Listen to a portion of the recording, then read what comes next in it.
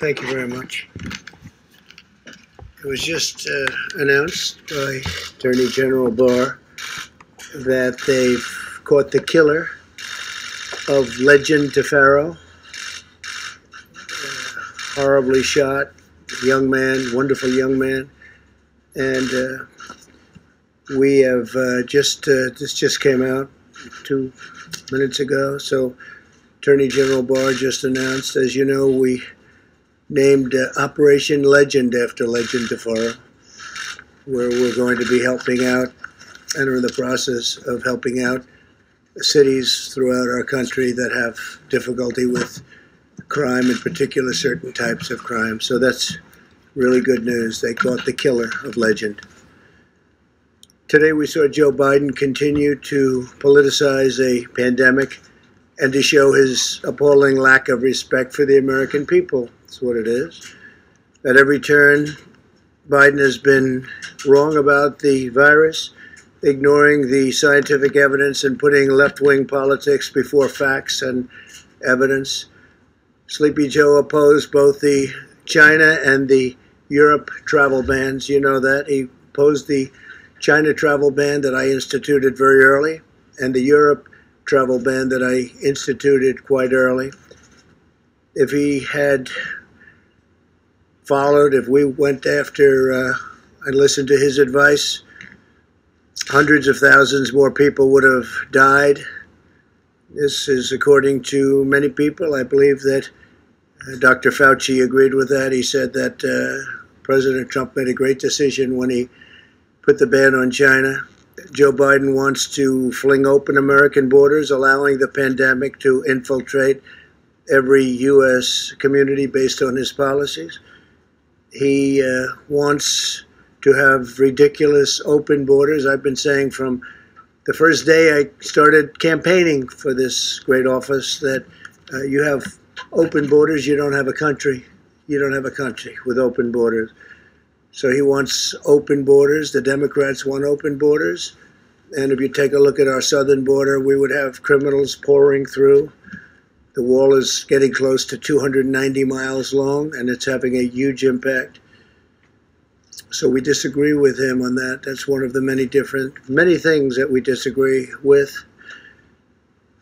But while Joe Biden would allow rioters and looters and criminals and millions of illegal aliens to roam free in our country, he wants the federal government to issue a sweeping new mandate to law-abiding citizens. He wants the President of the United States, with the mere stroke of a pen, to order over 300 million American citizens to wear a mask for a minimum of 3 straight months. I guess this just happened. He thinks it's good politics, I guess. No matter where they live and no matter their surroundings, because different states are much different, both in terms of the atmosphere itself and also in terms of the corona problem. He does not identify what authority the president has to issue such a mandate or how federal law enforcement could possibly enforce it, or why we would be stepping on governors throughout our country, many of whom have done a very good job, and they know what is needed. Also, many of our 50 states are doing the job at a level that, frankly, people are really surprised, including foreign governments that are calling us constantly and asking for advice. So I want to just say our governors have worked very hard. They've worked with Vice President Pence and myself and everybody else that's been going. We have Scott now involved, and so Scott, congratulations. You'll be working with a lot of governors. You've already started. And Dr. Fauci and Dr. Birx. If the president has the unilateral power to order every single citizen to cover their face in nearly all instances, what other powers does he have? That's why he refused, Biden, to take questions. He couldn't answer any of them, couldn't answer the questions. He refuses to take questions. He never takes questions. I take questions. He never takes questions. And you sort of wonder what's going on, because they're not that difficult. Some can be nasty, but they're not that difficult. but he never takes questions. So he just, I guess, left. I didn't see it, but I guess he just left the podium. Put it in your minds. My administration has a different approach. We have urged Americans to wear masks, and I emphasized this is a patriotic thing to do. Maybe they're great, and maybe they're just good. Maybe they're not so good. But frankly, what do you have to lose? You have nothing to lose. So we do, and we've been saying wear them when it's appropriate, especially in terms of social distancing, if you can't distance enough. And what do you have to lose? But again, it's up to the governors, and we want to have a certain freedom. We want to have a certain freedom. That's what we're about. At the same time, we also understand that each state is different and is facing unique circumstances. You have very, very different states facing very unique differences and circumstances. We've entrusted the governors of each state, elected by the people, to develop and enforce their own mask policies and other policies, following guidance from the federal government and CDC. We're working with each state to implement a plan based on the facts and science. We will continue to urge Americans to wear masks when they cannot socially distance, but we do not need to bring the full weight of the federal government down on law-abiding Americans to accomplish this goal. Americans must have their freedoms, and I trust the American people and their governors very much. I trust the American people, and the governors want to do the right thing to make the smart decisions, and Joe doesn't know too much. Unlike the Biden approach, our approach is guided by science. That's why we're focused on protecting the high-risk Americans. That is why we're delivering effective medical treatments to dramatically reduce the fatality rate. And that is why we're developing a vaccine and therapeutics in record time. You'll see that, I think, very soon. Sleepy Joe rejects the scientific approach in favor of locking all Americans in their basements for months on end, which I think is something that Scott would be very opposed to. I think I can speak for you. We've been dealing pretty strongly over the last number of weeks. But he wants them in the basement for months on end. And you have governors that have been very, very strict on keeping people in their houses, keeping people in their, wherever they may be, apartments. And frankly, I don't think the results are necessarily better than other results. But he wants to shut down our economy, close our schools, and grind society to a halt. And he wants it done by a federal decree. This would lead to a crippling, long-lasting depression. This would be a crippling, long-lasting depression. And yesterday I showed you the numbers about how well we're doing coming back with auto sales and auto manufacturing and used car sales and housing sales at numbers that nobody would have believed. And we're back and very strong. It's a very strong V. It's almost a straight up V. We'll be discussing that over the next couple of days. But the economy is coming back, and the employment numbers over the last 3 months are a record in history of our country.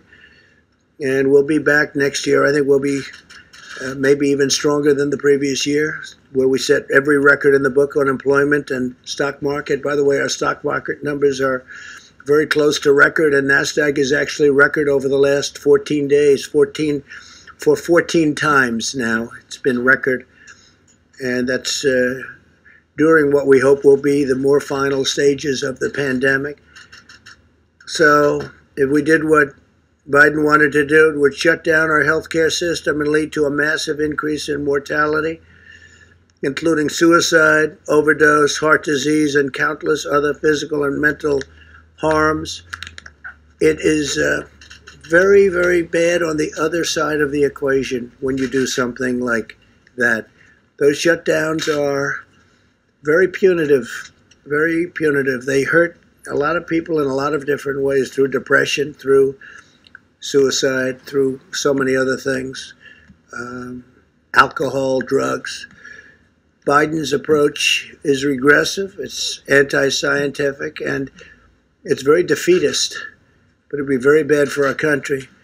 While Joe Biden has been playing politics from the sidelines, he has no clue. We've been solving problems and delivering tremendous results. The most advanced and robust testing system on the planet, the #1 producer of ventilators in the world by far, unprecedented industrial mobilization, biggest since World War II, Operation Warp Speed to deliver life-saving treatments and very soon a vaccine. What a plan by Joe Biden has actually laid out would do, we've really already accomplished. In fact, many of the things that was well reported over the last few days, every single thing he said to do, every single thing we did, and we did them well. So Biden has no idea on his own. He only knows what he thinks we should do, and he spews it out, and then I guess you could say he plagiarizes, and he really did in our case, because every single one of the events, I think, Kayla, we can say that was something we had already done.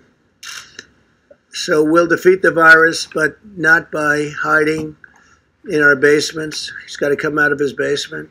We'll defeat this virus through a common sense mitigation effort, shielding those at highest risk and unleashing America's medical and scientific genius, which is what it is.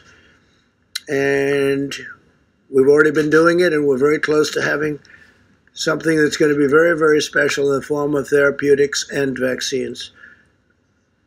To Joe, I would say stop playing politics with the virus, too serious. Partisan politics has no place here. It's a shameful situation for anybody to try and score political points while we're working to save lives and defeat the pandemic. In times of national challenge, Americans and Americans, and we are, by the way, we are working with countries from all over the world, and they're trying to learn from us. And some of the countries that you spoke most well about are having a tremendous surge right now, but it'll work out. But Americans must unite together, and they must put politics aside and have to really unite for a common good. 3 vaccines are in the final stage of clinical trials. They're doing really well. We're producing the most promising vaccine candidates in advance. As you know, part of the largest industrialization ever. It's incredible when I meet with heads of companies that are doing this, that are the best companies anywhere in the world. It's incredible where they are, how they're doing, and the speed with which they're doing it, and also the speed with which the FDA is approving things. Because by any other standard, you would have been 2 or 3 years away from being at the point that we're at. By the end of this week, we will have shipped 1,846 rapid point-of-care testing devices to nursing homes, which are a very important source, as you know, for people that are not handling the plague from China very well. This week alone, we're sending 992 testing devices and 450,000 tests to more than 950 nursing homes across the country.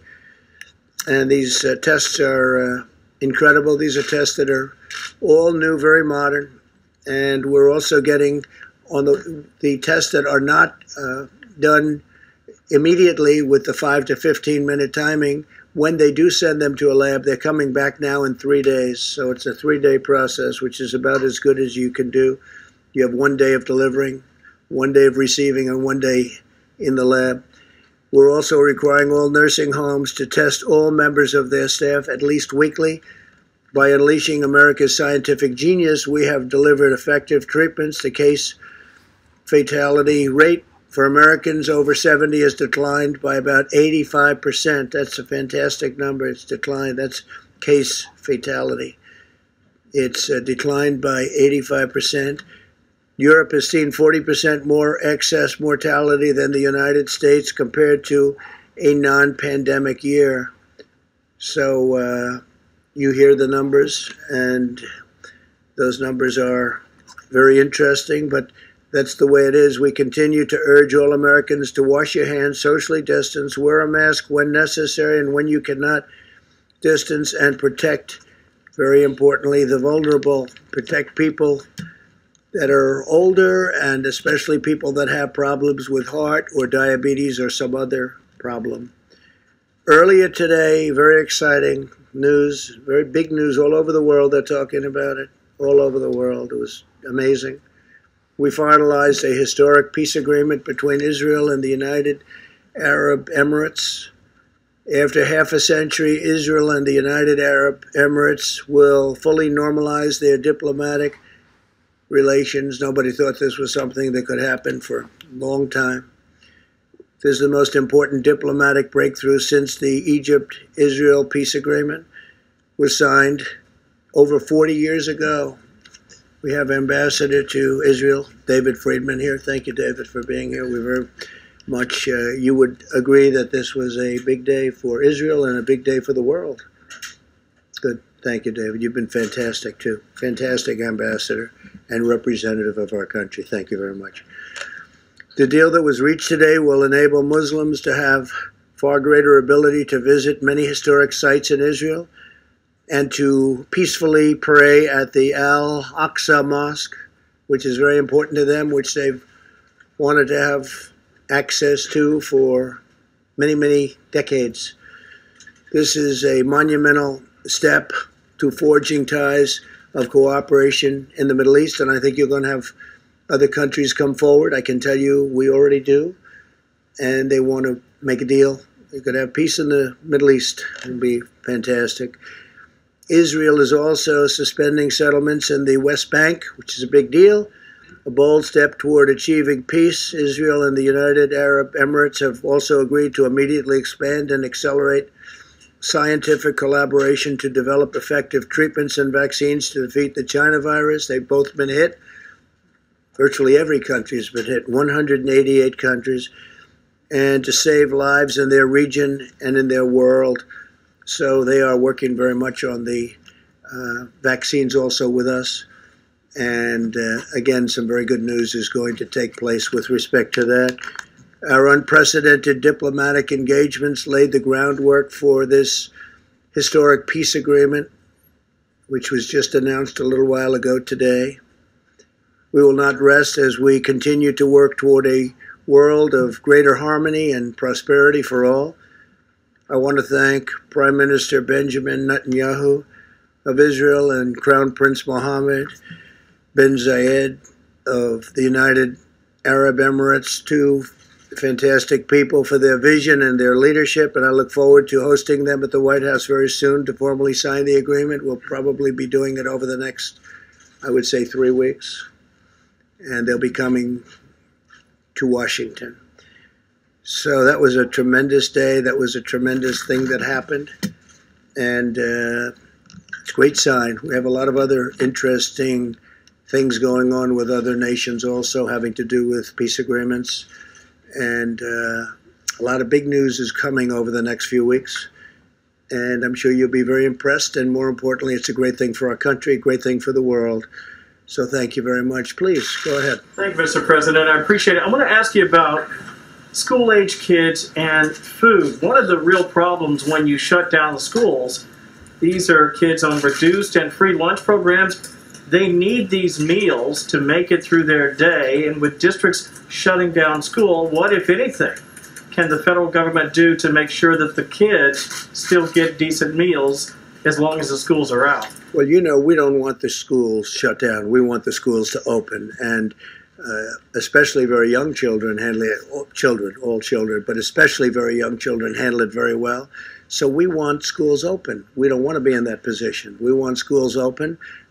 We've made payment, and we would, frankly, if the school isn't going to open, we would much rather follow the child with the payment, give the money to the child, meaning the parents of the child, and let the parents do what they have to do, including bringing the child to another school.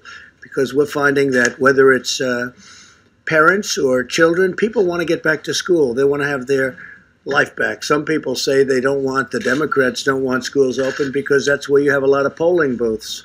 And if you have a school closed, you can't very easily have polling booths at the school. And that's becoming, I think maybe we'll be able to show that as fact. But That's another thing that they're doing to try and keep people away from the polls. So we have to look into that, but it's you've been reading about it, I've been reading about it, and I don't like it. But we'd like to see the schools open. Then we don't have that problem. Good question. Thank you, Chris. Because what's your understanding of how long Israel will suspend its West Bank annexation plan? What do you think, Coleman? Well, we're putting all our eggs into the basket of peace. We have an agreement with the Emirates. We're going to nail down all the details, embassies, overflights, commercial. Then we're going to extrapolate that to the rest of the region. How long that takes, I can't tell you, but we've prioritized peace over the sovereignty movement. But it's not off the table. It's just something that will be deferred until we give peace every single chance. And what do you want the Palestinians to take away from this deal, since they're not really a party to it? Well, but they are supported largely by some of the countries that we're talking to and that have already signed, in the case of the one country, but others will be following. And I think the Palestinians will, without saying it necessarily yet, I think they very much want to be a part of what we're doing. And I see ultimately the Palestinians, I see peace between Israel and the Palestinians. I see that happening. I think as these very big, powerful, wealthy countries come in, I think the Palestinians will follow quite naturally. Yeah, please. Do you believe that a deal could have been reached without Israel's agreement to temporarily suspend annexation? Say it again. Could you make it louder? Do you believe that a deal could have been reached without Israel's agreement to temporarily suspend annexation? What do you think about that, David? It's interesting. I think you can't do both at the same time. So I think, again, prioritize peace, sovereignty. After peace is given every opportunity to turn to sovereignty. I don't think the two could have been done at the same time. Have you asked Israel to permanently consider abandoning annexation? No, this is a temporary process. There's been no request. Okay. Please, Caitlin. Mr. President, this morning you said that you do not want to fund the U.S. Postal Service because Democrats are trying to expand voting by mail. So I've got two questions for you. One, are you threatening to veto any legislation that includes funding for the post office? No, not at all. No. So you would sign something that does include funding? A separate thing, I would do it. But one of the reasons the post office needs that much money is to have all of these millions of ballots coming in from nowhere, and nobody knows from where and where they're going. You saw what happened in Caitlin in Virginia. It was 500,000 applications coming in, going all over the state. Nobody even knows where they came from. You saw what happened in New York, which was a disaster with Congresswoman Carolyn Maloney. It was a basic disaster. And you see Paterson, New Jersey, what's going on there. And we can give you many other locations and sites.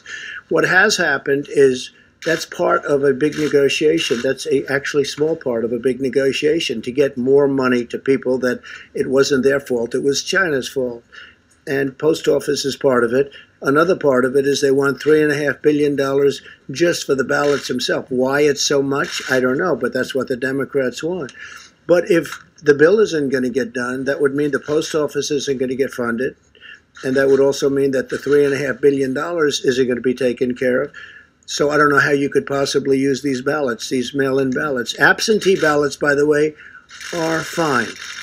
But the universal mail-ins that are just sent all over the place, where people can grab them and grab stacks of them and sign them and do whatever you want, that's the thing we're against. But isn't that precisely the problem, is that you're saying you do not want to give this post office funding in this coronavirus legislation? They say they need it so they can be prepared. So if the pandemic is still going on in November when the election happens and people don't feel safe to go vote in person, they can vote by mail, and it can be safe and it can be secure. I can understand the post office, and if we could agree to a bill, the overall bill, which is obviously a much bigger number than just the post office, that would be fine. But they have the post office as one of their requests. It's their request. But this morning you said you were against it, didn't you? I'm only against, what I'm against is I'm against doing anything where the people aren't taken care of, and the people aren't being taken care of properly. We want people to get money. It wasn't their fault that they got shut down. They got shut down by China. So whether it's the post office or whether it's the $3.5 billion. You know, they're asking for $3.5 billion just for the universal mail-in ballots. But they're not willing to make a deal. These are 2 points within a very big deal. The thing they want more than anything else, Caitlin, and you know this, is bailout money for the states and for the cities that are in trouble, which for the most part are Democrat-run states and cities. So New York has a problem, California has a problem, Illinois has a tremendous problem, and others. They want to be able to bail out these states, and we don't want to be doing that, or certainly don't want to do it to the extent. They're looking for $1 trillion. We don't want to be doing that. Please, go ahead. I'm just really confused, because this morning you said they need that money in order to make the post office work so it can take all these millions and millions of ballots, and you said that would be fraudulent. So it sounded like you said you're blocking. No, I said it will end up being fraudulent, because if you look at what's happened over the last few weeks, just look at the few instances where this has happened, it's turned out to be fraudulent. Well, if you look at New York, it was fraudulent. If you look at Paterson, New Jersey, it was fraudulent. Of course there is. The whole thing is a mess. In fact, Carolyn Maloney's opponent he's gone crazed. He said they took the election away from him, and he may be right. I think they should redo that election. And if you look at Virginia, it's terrible. Look at some of the things that have happened in California. Look at California, where they found 1 million non-eligible voters. That was done by Judicial Watch, Tom Fitton and Judicial Watch. We have to have an honest election. And if it's not going to be an honest election, I guess people have to sit down and think really long and hard about it. But if the post office, if they're not going to approve a bill, and the post office therefore won't have the money, and if they're not going to approve a big bill, a bigger bill, and they're not going to have the $3.5 billion for the universal mail-in votes, how can you have those votes? What would mean is the people will have to go to the polls and vote, like the old days, like 2 years ago, 3 years ago, 4 years ago.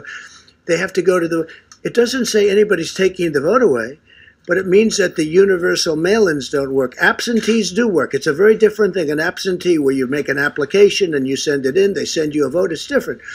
But, so Caitlin, I'm not saying anything wrong with voting. I want them to vote. But that would mean that they'd have to go to a voting booth like they used to and vote. Even if they don't feel safe voting in person, people want to vote by mail because... Well, they're going to have to feel safe, and they will be safe, and we will make sure that they're safe. And we're not going to have to spend $3.5 billion to do it. And when you go to a voting, it would be wonderful if we had voting ID, and some states have that and some states don't because they can't get it passed. Most states want it. But we want people to vote. But we want people to vote, so when they vote, it means one vote. It doesn't mean ballots all over the place. You saw what was happening in Virginia, where piles of ballot applications are dropped all over the state. They had them named after dogs. They had them named after dead people. We want to have an accurate vote. I'm not doing this for any reason. Maybe the other turns out to be my advantage. I don't know. I can't tell you that. But I do know this. I just want an accurate vote. And it's a fair question, by the way. So does everybody else. Okay. Mr. President, how does the accord today between Israel and the UAE help struggling and persecuted Christians in the Middle East? Help what? How does it help struggling and persecuted Christians in the Middle East, the deal today? Well, I think it's going to. I think it's a big start. And you're right about that. Christians have been persecuted by some countries in particular in the Middle East. And I think this is a big start. It's going to be a very strong start, very powerful start. And it's something that I will tell you, I've told David and I've told every one of our negotiators, if you look at the way Christians have been treated in some countries, it's beyond disgraceful. It's if I had information and if I had absolute proof, some of the stories that we've heard, which is not easy to get, I would go in and do a number to those countries like you wouldn't believe what they do to Christians in the Middle East, and it's disgraceful. It's disgraceful. You're right. It's a very big part of the overall negotiation. And as countries come in, for instance, UAE has agreed very strongly to represent us. I think they will very well with respect to Christianity. Because in the Middle East, it's not treated well. It's not treated well at all. It's treated horribly and very unfairly, and it's criminal what's happened. And that's for many, many years. I think it's a great question and it's a very unfair situation. Please, go ahead. Thank you, Mr. President. Larry Kudlow said that there's a routine check-in call with China on the Phase 1 trade deal. My question is, what if they bring up TikTok and also WeChat? Would you instruct your team to engage them on that executive order? We have a deadline of September 15th. And whether it's Microsoft, I understand, and others are negotiating. We also said that obviously it's worthless if we don't allow them into the country. So we said that the United States Treasury is going to be getting something out of this deal, something very substantial. But what we want is total security. But we have a deadline of September 15th. So I know Microsoft and others are very interested in it. But that's our deadline. And it has to be proven to be totally secure. We don't want to have any information going into China with what we've been through. And I have to tell you, you talked about the deal. You mentioned the Phase 1 deal. Well, the Phase 1 deal, it's a very interesting situation because you've been hearing the largest order of corn in history, the largest order of soybeans, the largest order of beef. They've done more than they've ever done. So you're going to have to figure that one out. With where I'm coming from, I could have, because they see my attitude. My attitude toward China is not friendly, but they have gone into orders that are extremely large, and our farmers are very happy. But with what they did with respect to the pandemic, the plague that came in from China, it just is a different feeling. It was an incredible deal, but I have a very different feeling. But they are giving the Midwest, our farmers, among the largest orders they've ever seen. Somebody told me today, Bob Lighthizer, that it's about 40% of what they're selling now is going to China. So maybe they're trying to make me change my mind a little bit, because you know my attitude on China, and it hasn't been very good. Well, we're not talking to them. No, we're talking to the companies. In theory, it's a company, but it's a company within China. That means China. And the deal will have to be substantially beneficial to the United States, and we need total security. Okay? Mr. President. Yes, Mr. President, can you say whether you yourself think that annexation should be off the table for Israel, and if so, have you communicated that to Not off Prime the Minister? table. No, it's something they've discussed, but Israel has agreed not to do that. I mean, more than just off the table, they've agreed not to do it. And I think that was very important, and I think it was a great concession by Israel, and I think it was a very smart concession by Israel. But David, do you have anything further to add on Prime that? Minister was pretty clear today at his own press conference that he considers this to be a temporary suspension and that the deal would still be open to him at some point in the future. I'm asking what you think he should do. Should he Well, actually right now, write it all I off? can say, it's off the table. So I can't talk about sometime into the future. That's a big statement. But right now, it's off the table. Is that a correct statement, Mr. Ambassador? Yes, the word suspend was chosen carefully by all the parties. Suspend, by definition, look it up, that means temporary halt. It's off the table now, but it's not off the table permanently. Go ahead. Thank you so much. Just to follow to some of the questions that Caitlin was asking, you said you do want an accurate vote. Would That's you right. direct the Postmaster General to reverse some of the policy changes that have No, occurred not at there all. in order to prevent delays? No, I wouldn't do that at all. No, I want the post office to run properly, but which makes sense. They would need a lot more money if they're going to be taking in tens of millions of ballots that just come out of the sky from nowhere. And so they need additional financial help. It's a part of the bill that the Democrats don't want to make because they want $1 trillion, much bigger part of the bill. They want $1 trillion to go to states that are run by governors who happen to be Democrats who have not done a good job for many, many years. And those are states that owe a lot of money and need a lot of money. And they're talking about $1 trillion. So the post office and the $3.5 billion for the votes themselves, which sounds like a lot of money they're looking for. $3.5 billion. Think of that. $3.5 billion to have mail-in ballots. Again, absentee good, universal mail-in very bad. One quick follow-up. Given that the negotiations are still ongoing about whether to get more money to the Postal Service, why not put more resources and more money yourself. Find a way to do that to make sure there is a Well, they can do it very easily. All they have to do is make a deal. If they make a deal, the postal service is taken care of. The money they need for the mail-in ballots would be taken care of. If we agree to it, that doesn't mean we're going to agree to it. But all they have to do is make a deal. But again, more important to them is not that. That's a lot of money, but it's small time compared to the other. What they want to do, and very, very, very strongly what they want to do, is bail out cities that are run by Democrats and have been for many years. And these cities and states have done very badly, and they desperately need money for that. And we're open to something, but we're not open to the kind of money that they need. Go ahead, please. Mr. President, very quickly, my question to you is, 3.5 years. Just 1 second, please. what are you doing as president to make sure there is a free and fair election? That the what?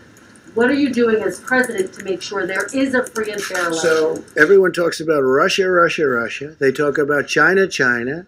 They talk about all of these different countries that come in and run our elections, which is false. But what they don't talk about are things like very loose mail-in ballots, universal in nature, that frankly Russia, China, North Korea, Iran, all of these countries that we are reading about, hearing about, and in some cases they're writing about intelligence-wise, these countries can grab those ballots or print forgeries of those ballots, and they would go out and they would have a field day. This is the easiest way for the mail-in ballots, is the easiest way for a country like a China or a Russia or a North Korea or Iran. I hear Iran too, you know, that was part of the report. This would be very easy for them. This is much easier than, well, we have been very strong. Now, if you remember, President Obama was informed about Russia by the FBI in September. The election was in November. President Obama decided to do absolutely nothing about it. People don't mention that very much anymore. That's a lost fact. But he was informed very powerfully that they're going to do, and President Obama did nothing. We have done a lot, and we've really shored it up. But what people can never prepare for are millions and millions of mail-in ballots, because they can be forged, they can be captured, they can be taken. No, well, that's a very hard thing to do. We have to make sure that we can do that. Please. Mr. President, after 3.5 years, do you regret at all the lying you've done to the American people? On All the what? everything? All the lying, all the dishonesties. That who has done? You have done. Tens of thousands. Yeah, go ahead, please. Please. Go ahead. Go ahead. I wanted to ask about the payroll tax Go ahead. cut. One, is it going to be optional or mandatory for employers to defer and not collect the payroll tax? So we're- if I have a follow-up on The that. payroll tax is very important and a very big benefit to people, as you know, to companies, because we want the companies to be strong, but now directly to people. And it's a very big number, and we're taking care of it, and this will go directly to the people, the workers within the company. It's a payroll tax. It's called a payroll tax cut. We're cutting the payroll tax, and it's a very large number, and that will go directly to the workers of the company. Well, if employers collect that through FICA, will that be are they going to be required not to collect that money? You mean later on? You mean later on at a later Right now, date? so September 1, when I get my paycheck, will it The be up to employers, my... the employers will collect it and give it, most likely. The employers will collect it and give it. Okay? Please, go ahead. Mr. President, I have two questions. The first one on domestic politics. There are claims Can't understand a There word are you're claims saying. circulating in social media that Kamala Harris is not eligible to run for vice president because she was an anchor baby, I quote. Do you or can you definitively say whether or not Kamala Harris is eligible, meets the legal requirements to run as vice president? So I just heard that. I heard it today that she doesn't meet the requirements. And by the way, the lawyer that wrote that piece is a very highly qualified, very talented lawyer. I have no idea if that's right. I would have assumed the Democrats would have checked that out before she gets chosen to run for vice president. But that's a very serious. You're saying that they're saying that she doesn't qualify because she wasn't born in this country. No, she was born in this country, but her parents did not The claims say that her parents did not receive their permanent residence at that time. I don't know about it. I just heard about it. I'll take a look. Back in the Mr. President, a follow-up on UNGA. Ambassador Kelly Craft recently said that you, or she's hoping that you might be able to deliver the speech in front of the UN General Assembly in person, even though other leaders will be sending in their video recordings. Can you confirm that? Yeah, I'm thinking about going directly to the UN to do the speech. A lot of people will not, because of COVID, will not be able to be there, as you know. But I think it's appropriate if we can do it. I'll do it directly. And again, this will not be like in the past, because some countries won't be able to escape the problems they're having. You know, countries are having a tremendous problem with the China virus. So we'll see what happens. But I would prefer doing it. I can do it the other way. I can do it viral, as they say. I can do it in that form, but I'd rather be at the United Nations, deliver it. I think it better represents the country. Also, I feel sort of at least a semi-obligation as the President of the United States to be at the United Nations to deliver what will be an important speech. So if the room is empty?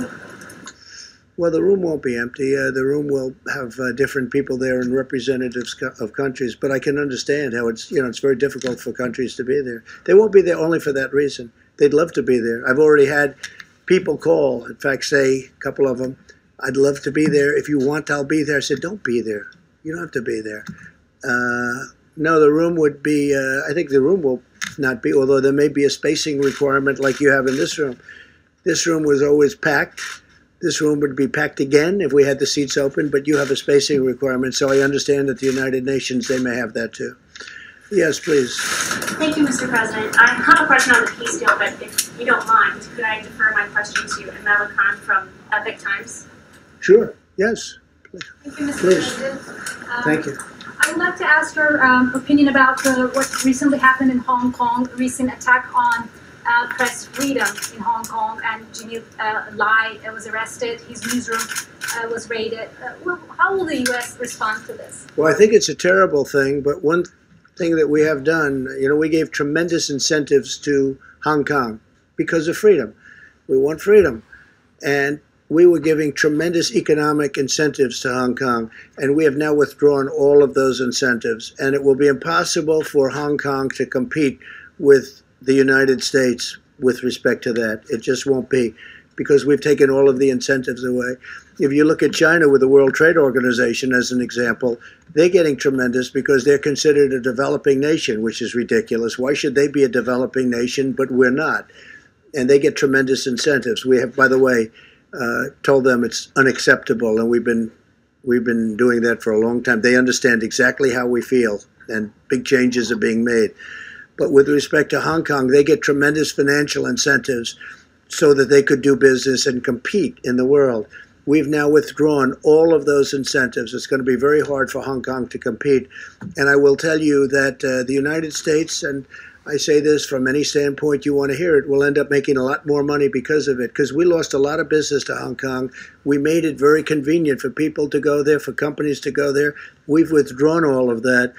And the United States will be a big beneficiary from an economic standpoint. But I hate to see what happened to Hong Kong, because freedom is a great thing. Thank you all very much. Thank you. Thank you very much.